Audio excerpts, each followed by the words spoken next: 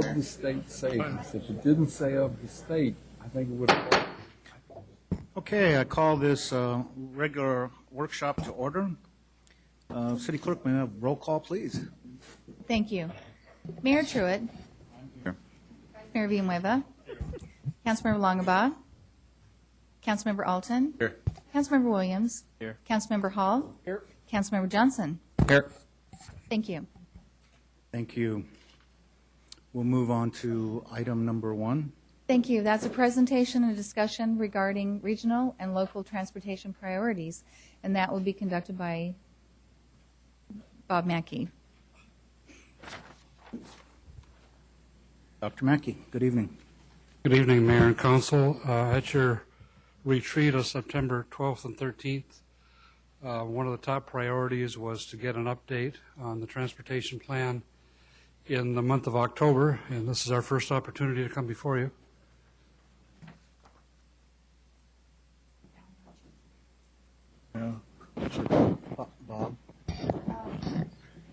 Bob, would you move that, please? Would you move that, please? Keep that. Move that.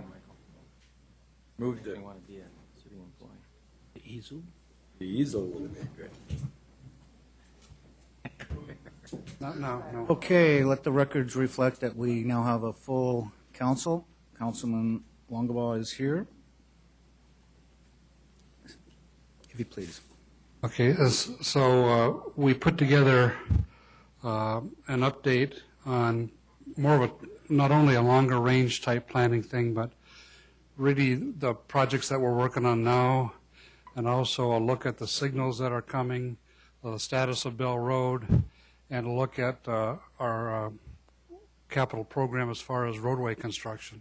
It pretty much follows in fact, it will follow the packet that you have in your packets. The purpose here also is to get direction and feedback from council, general direction and feedback, and we're asking you to please chime in wherever you kind of disagree or support us with what we see as staff's recommendations for priorities. So with that, I'll turn the next portion over to Transportation Planner Randy Overmeyer to talk about the regional transportation projects.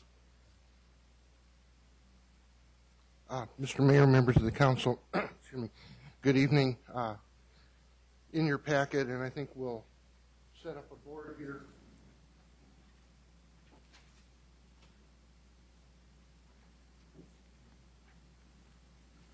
As well, we've prepared a graphic here that in the background shows 17 regional transportation projects which are currently underway in Surprise and in the Northwest Valley area that we would consider the Surprise influence area. Over the top of those 17 projects, and by the way, that initial graphic with those 17 projects, it was, I believe, included in your packet. Over the top of that, we have highlighted 4 corridors that we feel are draft top priorities for the city of Surprise. Among those 4, not included was the Bell Road corridor, which Dr. Mackey will speak about a bit more in a moment, basically because a number of projects are already underway and committed in that corridor. But our 4 top priorities are State Route 303 in Surprise. It's a project, as you all know, that is what the Regional Transportation Plan calls a legacy project. It's a holdover project from the 1985 program that was not built during that 20-year cycle. It is funded in the current 20-year cycle, and we shortly have a public hearing on the 22nd of this month, sponsored by ADOT, to review the design concept report and the environmental assessment for that corridor. That is looking at the 6-lane freeway segment between I-10 and Grand Avenue, the service interchanges at Bell, Greenway, Waddell, Cactus, and Peoria, and also the service interchange at US 60 and 303. in response to some recent questions about that service interchange. The vertical character of that interchange is what we call a stacked single point interchange, and the top of that interchange is at the same height as the bridge that exists there today, that is 26 feet above the railway. Okay, excuse me just a second on that. I thought I saw someplace some kind of illustration that it caused it to appear to be higher. Am I mistaken on that? It's actually going to be just 25 feet? We had a public meeting, informational meeting on a Grand Avenue planning project last month, and some of the public that looked at that graphic had not seen that interchange design before, and to them it looked more imposing, I think, than it is. Okay. The fact remains that the portions of those ramps are going to be below the BNSF Railway and below Grand Avenue, so there'll be one level below grade, one level at grade, and one level above grade in that interchange. It's a little different design than was originally proposed about 6 or 7 years ago. The design that was proposed then had all 4 of the ramps. It's a concept that we call a partial clover leaf, but it had all 4 of those ramps on the southwest side of Grand Avenue, the Sun City Grand side of Grand Avenue, to avoid conflicts with the railway. That design is not capable of carrying the traffic that we now foresee for that corridor, so they ended up redesigning it. I think a side benefit to that is that those 2 ramps that would have been folded over on our side are now on the northeast side of Grand Avenue, so while the structure is geographically as large, we're only getting half of that traffic flow on our side of Grand Avenue. Thank you. The second priority corridor that we're showing on here is the Grand Avenue corridor, specifically the Grand Avenue corridor between State Route 303 and State Route 101. We've been working with MAG and with ADOT on final design for improvements to that corridor. That final design is going to be completed by Christmas, and that project is anticipated to go out to bid for construction in February or March of 2009.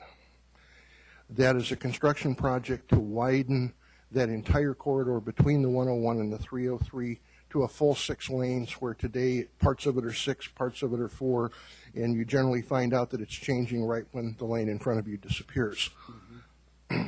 So that's moving forward. An additional project that is underway is looking at additional enhancements to that corridor. That's a feasibility study looking at where additional grade separations might be built in the corridor in places where surface intersections may fail in the future.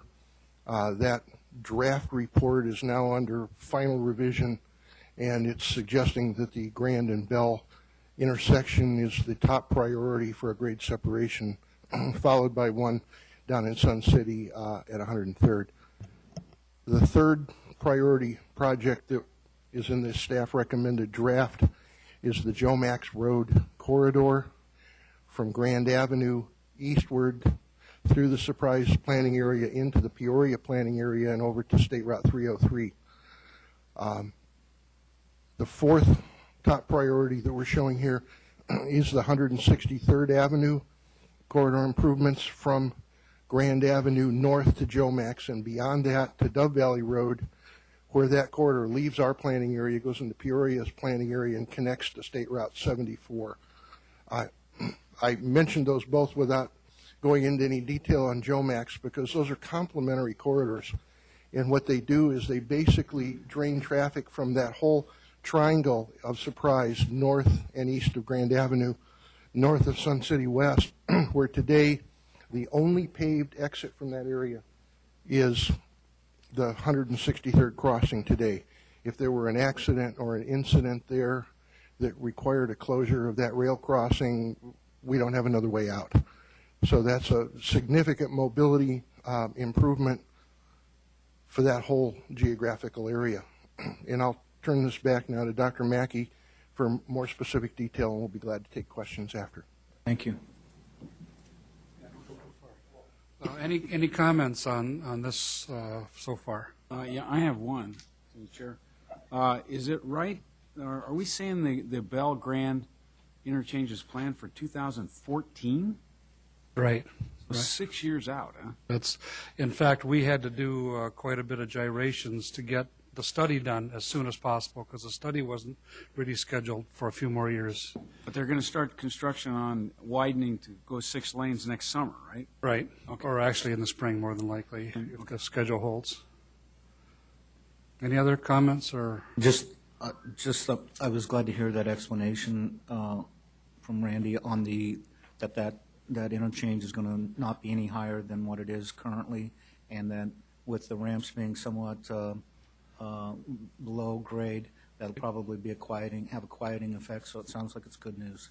Yeah, that was good news, and I think there was some misinformation that was picked up in the public, and maybe it was from that US 60 access management meeting, but anyway, the plan that we have in the DCR that's going to be discussed at the public hearing on the 22nd will show the stacked spooey with the left turns, the ramps underground. Thank you.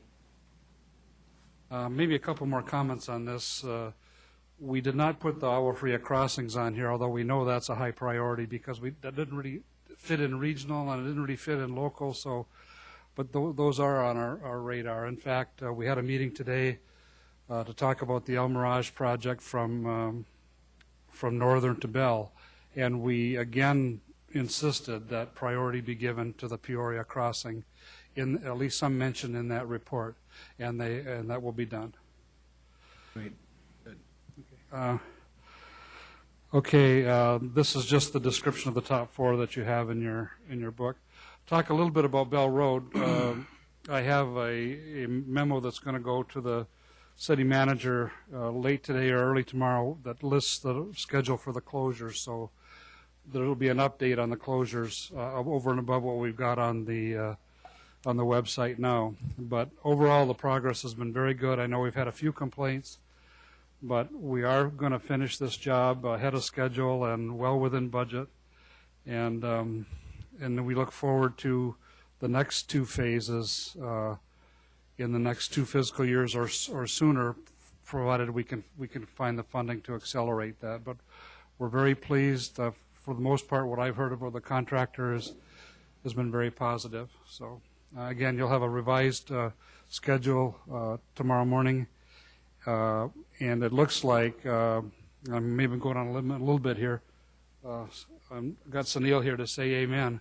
But I think we're going to be, for most part, we'll be out of, construction will be completed right at the end of October or early November. And so we'll be well ahead of the shopping season. Yeah, Sunil's nodding. Okay, so. There will be, I believe, a little bit of crosswalk work that will be done. Thank you. Yeah, that's right. There's some additional work that should not impede traffic too much, but we will be doing some decorative crosswalk work. And there will also be in there intermittently adjusting covers and so on, and then there'll be the final striping, which will happen about in late November. So we're not out of the woods yet, but we're ahead of schedule, and the bulk of the disruption, except for the Reams Road intersection, is pretty much over. But we're doing major reconstruction at Reams, so there will be some closures at Reams and Bell. Next item I want to talk about is, in our priority, is really the signals. And we've had a well-planned, I don't see Nick Messia here tonight. John Abraham, our traffic engineer, is here. In case I get into trouble, he can come and bail me out. But this is the longer range plan for installation of traffic signals, and they're costing about $350,000 a piece.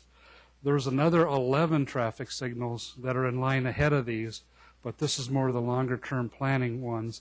And there are 11 that are in some form of construction or final design, preparing for construction at this time. So traffic signals are a major part of our business. And I give you this list for comment and feedback, but I'm not really asking for you to help me prioritize these, because these are going to be installed based on on what the traffic volumes and whether or not they meet warrants. So there's kind of a danger here presenting this list to you and asking you to prioritize when really legally we have to do it by, the engineer has to do it, and he's got to do it by volumes. And I think maybe one of these sessions we might want to talk a little bit about signal warrants, but not tonight. Basically we need 600 cars per hour total both directions on the main line and 200 cars per hour on the higher volume of the side street. That's kind of the base vehicular volume warrant. So unless those warrants are met, we really should not be installing these signals. And so we're ahead of the game. We're significantly ahead of the game here. And if things do start to pick up, we'll be ready to install these signals as volumes demand. You may want to talk a little bit about the interconnect system for the traffic signals and the ability to control those remotely if the need arises. Right, and that's the perfect segue into our ITS projects, which is the next item in your packet. And we've got a very aggressive intelligent transportation system program. Much of this is done with federal funds. As you know, the city of Surprise got into the federal aid pecking order a little late, and about the only opportunity we have, funding left over, federal funds that are available, is really either in the enhancement of ped and bike or in the intelligent transportation system area. And so we're trying to exploit this.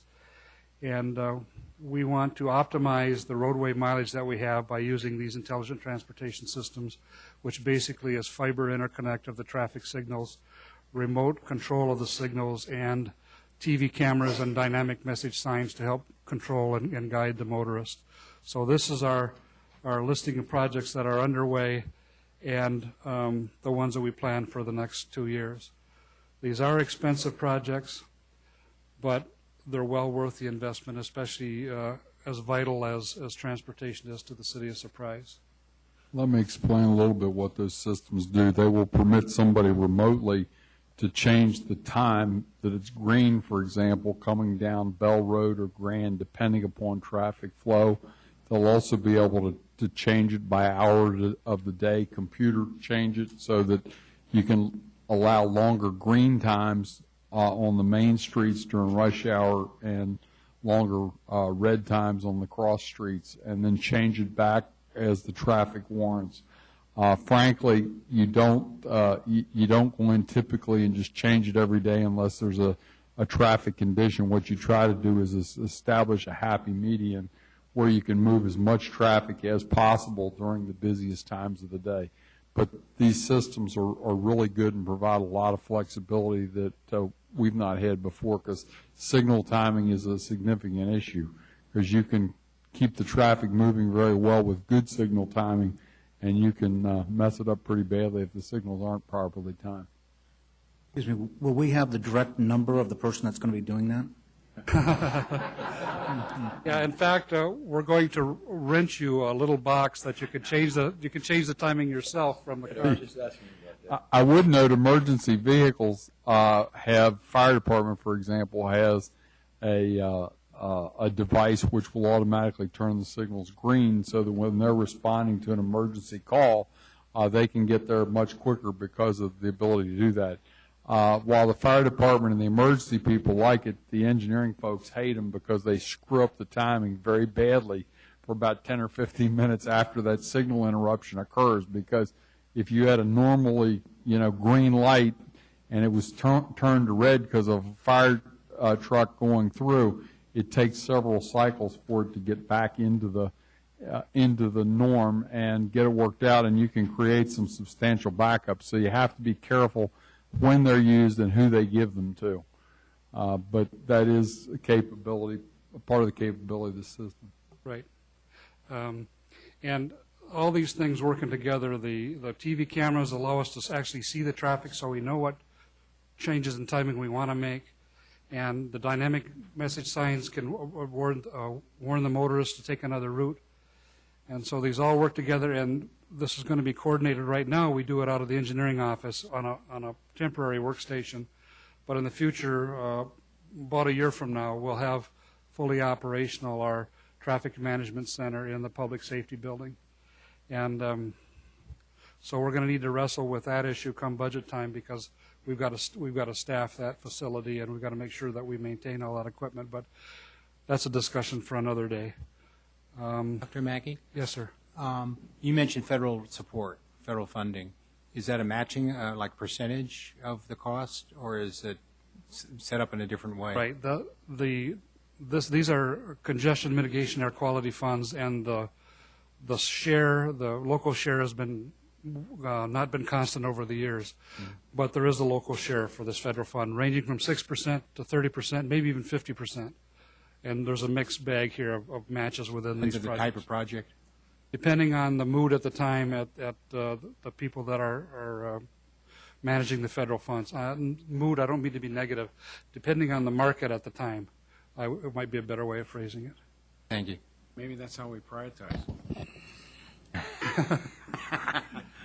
And this one, of course, is impossible for you to see, so we brought along this board here. It's still impossible to see. This represents, this represents our arterial capacity projects. I don't know if it's any better on the screen here, but, and this is kind of a good lead-in to the next topic on our work session tonight. These are the priorities that we've set, staff has set for our arterial capacity projects for scallop streets and for completing the roadway networks here mostly in SPA 1, but there are some outliers. Now, there are other projects that we're working on that are not on this list. Roads like Reams Road, we're doing a lot of major work there, and some others. But these are the longer range planning ones that we're going to need to find a funding source in order for us to accomplish these priorities.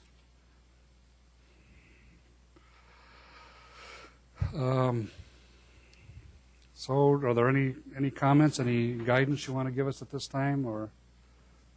I think I can speak for the entire council when I say that we really appreciate what you and your staff are doing. We see that you're on top of the job when we go to MAG meetings, whether it's Councilman Johnson or myself or others. We hear nothing but compliments about you and your staff. So, we trust you, and so we're not going to reprioritize your signals. And we're really pleased that you're so engaged in this whole transportation issue, not just on a City of Surprise level, but on a regional level. And so thank you very much. Thank you. And I guess I'd like to pass. I was looking for Nick. I don't see him here yet, but Nick Macia did a great job in helping us establish the signal priorities. John's taken over now, and Sunil has been not only comes and works my computer for me, but also is the one that really bird-dogged this arterial capacity project for us, and so I want to thank him publicly. Okay, thank you. Thank you. Item number 2. This is a good segue into our next project when he talks about funding for roads. Before Michael Schrock starts, I'd like to make a couple of comments. Clearly the economy's weak. We know that. However, what we're going to suggest is to establish a committee to identify what the city's long-term capital needs are.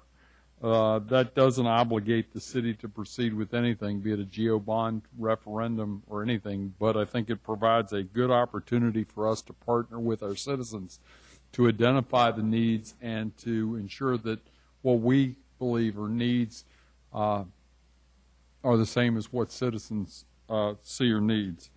And if the decision later is made not to go forward, then I think that the worst that's happened is that we've had this opportunity. I would note that there are 3 kinds of organizations. There are those that plan what happens, there are those that watch what happened, and then there are those that wonder what happened. Okay? And I would rather be one of those that plans what happens, and I think this community, for the most part, has done a good job with this. So with that, I'll turn it over to Michael to outline a framework for your consideration to look at the feasibility of, at some point in the future, not necessarily next year, but going forward with a GO bond referendum for voter consideration to make improvements that will benefit the community. Michael? Thank you, sir. City Manager Oliver, Mayor True, members of the council. City Manager has done a good job of framing why we're here tonight. This item was put on the work session to continue the dialogue that we started probably about 6 months ago. During the budget process, we had a number of conversations about whether or not at that time it was the right time to move forward with the general obligation bond. The conversation centered around making sure that we got enough citizen, resident input, council input, and so the GO bond discussion was pushed off until this year, at least to pick it up again. So here we are. In that process, we're going to make our final secondary or debt payment this fiscal year. So the city will be free of debt at the end of this fiscal year. Historically, this is just a graph showing you what our secondary tax rate has been. The secondary tax rate pays for any debt that's outstanding. Specifically, general obligation bond back in 94, 95, the secondary rate was at 176. And as you can see, as we went through the years, it trickles down to where we're at today at just under 2 pennies. And then if we move to the next year, 0. What's typical in most cities is you'll see a rate that's set for secondary taxes, and then you work to keep that rate constant. So you revisit general obligation bonds on a regular basis. So you continue to add projects that might benefit the community, enhance quality of life. And so, as you can see, cities that are similar to us, they have secondary debt, which again means that they are issuing debt for projects for capital improvements. Secondary tax only goes towards debt. It's not used for operations. We don't fund the salaries or services from that. It's only used for the capital improvements. So again, as you can see, our debt here is just under 2 cents. That's our rate for the property tax. As I mentioned, the need for the improvements, it's about the quality of life, the enhancements for the citizens, for the residents. Transportation has been identified on a number of occasions. It's always a priority for us. That could be something that would be addressed through the general obligation bond. Parks and rec, whether it be trails, additional parkland. Tonight, the council is going to consider the adoption of the Parks and Recreation Trails Master Plan. So that would be something that would fit in perfect with the discussion of the general obligation bond. Although, on the project list that was distributed with the item, that was just a potential list. By no means was that meant to be the final be-all, end-all list. That was to get the community conversation going, to get us going and to talk to you, to get some feedback from you as we move forward. So you could see things that would be added, like I mentioned, trails, or things that could be dropped off. But again, that would come through the input from you as council and the Citizen Bond Committee. And just lastly, the construction pricing is favorable. The market's down. We're seeing projects from the city that are coming in under budget, and that's because of competition. It's fierce out there, and we want to make sure that we take advantage of that when we can. Any questions so far? No? Okay. What is required? So I'm going to work backwards from if this was to move forward, if we as a city we're going to move forward with a GO bond. November 3rd, of course, is the election next year. Obviously, there's some things that can change. The market might change. It could be up, it could be down. That could impact interest rates, things that we would have to watch as we move through the process. The early ballots are mailed October 1st. We want to make sure that if this does go forward, that we want to have our educational campaign wrapped up or at least well underway, because most of the voters will vote when those ballots are issued. And again, one of the most important deadlines for us is July 6th. That's the last date that we have to notify the county that we are going to move forward with the general obligation bond, at least issue that to the question to the voters. So the recommended timeline, as the city manager discussed, we want to have this conversation with you tonight. You might notice from your packets to the slide here, it said create in your packet, it says discuss on my slide. We're going to discuss the Citizen Bond Committee, get your input, some feedback whether or not you think this is a good thing or not. We'd like to have appointees pushed to the 23rd, or at least be ready to discuss a resolution to form the committee by the 23rd. And at that point, I could bring back a resolution. The council would consider it, have some additional discussion. We'd move forward with an extensive committee process and community input process, basically 5 months. Of course, that could be moved up. It could be extended. Just depends on the amount of discussion that occurs. And then we'd have the committee recommendation to the council on March 26th. Again, you would take that under consideration. You could do what you would like to with those recommendations from the committee. I'm going to back up just one second here. While this is all going on, I know the city manager's office has discussed touching base with the council at a retreat sometime in February. And so it would be ideal during that time that we'd discuss the budget, we'd discuss some priorities with you at least. Obviously, there'd be updates on what was discussed at the previous retreat. But just want to insert in there, I don't have it here, but February would be what the target is for a retreat with the city manager's office. So we have the May 2009 as the tentative budget adoption. The call for election, we're also looking at about the same time. That way we get ahead of that deadline from the county. We can continue to have our educational campaign or outreach with the community at large. And then, of course, we would use all the outlets that we could. The city can't take a position for or against on the GO bond once we let the county know that it's going to be on the ballot. So it would just be, again, an educational process, similar to the home rule or any of those issues where, again, we just say, stay neutral. This is what would happen if these bonds were approved. If it wouldn't, this is what we would have to do. Any questions on that part so far? The committee composition.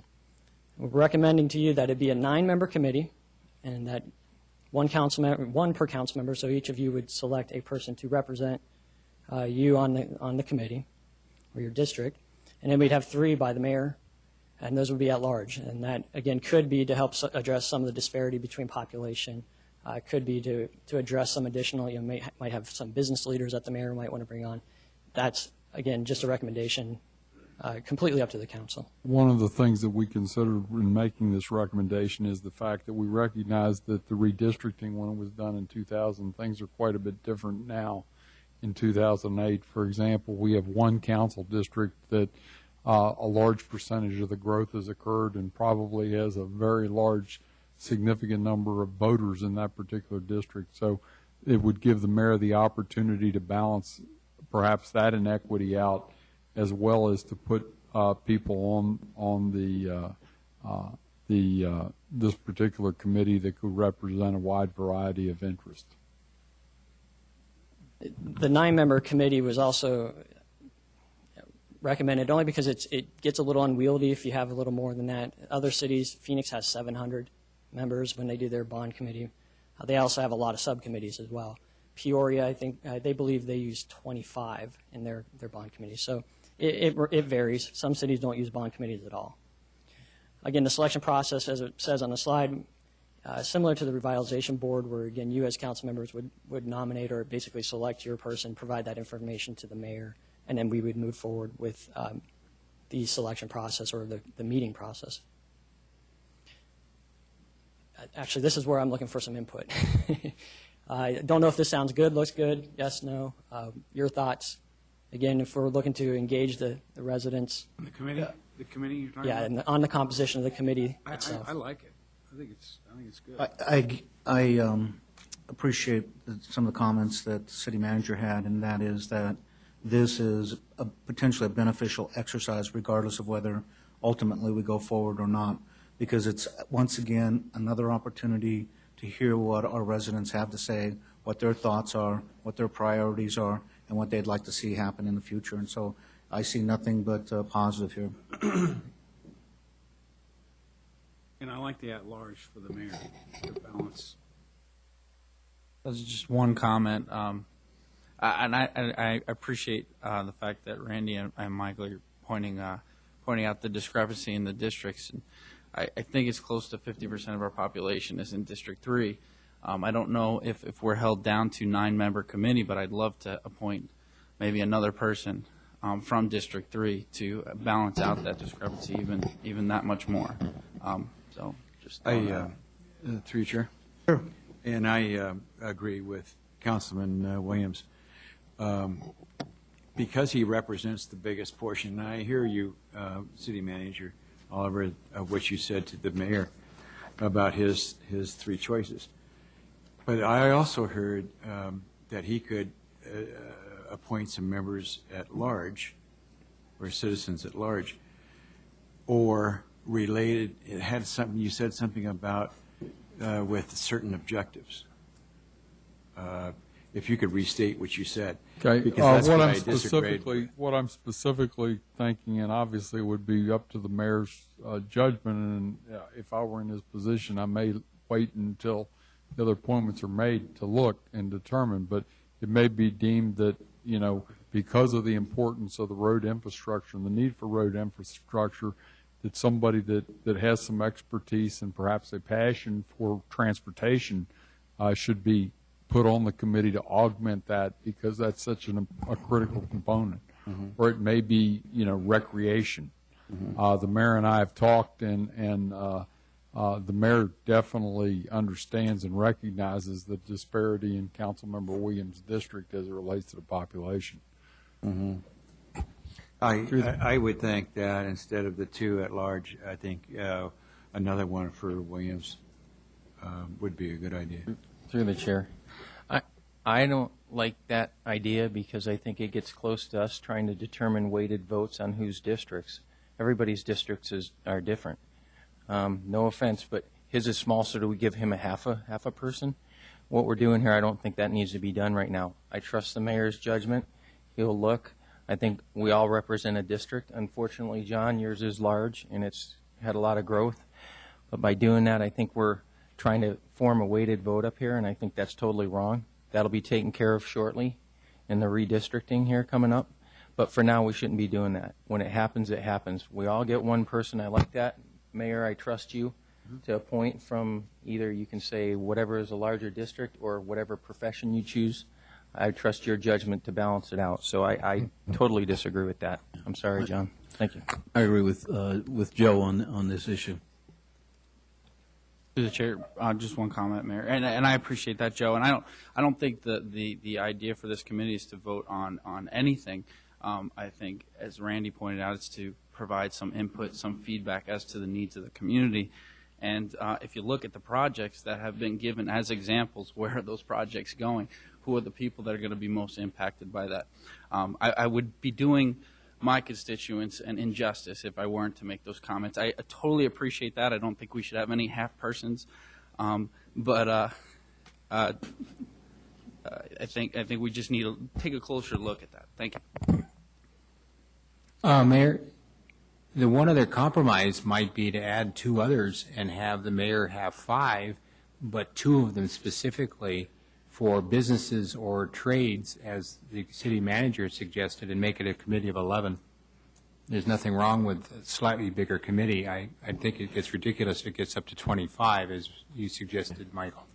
But 11 still would be a reasonable number and would give the mayor a little more options as to both balancing district issues, but also balancing the types of trades or expertise that might be good to have on the committee. Okay, well, I think we've had some good discussion on this, and of course, this is a workshop and it's discussion only, so probably it's time to move on. Just a final piece for you is the Proposition 105. The city manager did a good job of framing this at the last workshop. Again, something that we need to be aware of. It'll be decided this November, and there is some questions of whether or not this would apply to local initiatives, and if it does, it would make passing a general obligation bond much more difficult. So just want to point that out again. If you need information, certainly we can help you out with that. And that completes my presentation, Mayor. Thank you. Any further questions or comments, Council? I really appreciated the graph you did, Mike, because it kind of put it in perspective where we've been historically with the secondary tax and how it's paid down. Good job. Thank you very much. Mayor, before you close the meeting, could we have just 30 seconds here so I can confer with the city manager, please? Sure, absolutely. I'm assuming this is on the agenda.